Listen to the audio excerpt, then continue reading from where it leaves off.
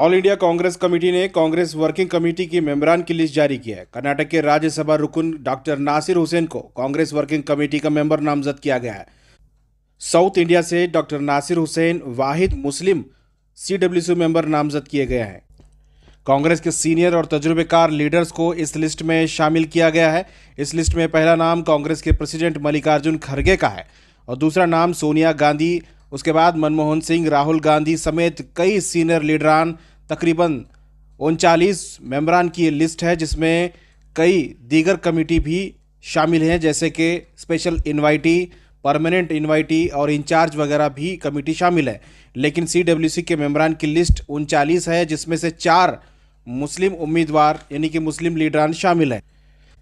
कांग्रेस ने 4 मुस्लिम लीडरान को इस सीडब्ल्यूसी मेंबर का हिस्सा बनाया है, जिसमें सेंटर से साबिक मरकजी वजीर सलमान खुर्शीद हैं,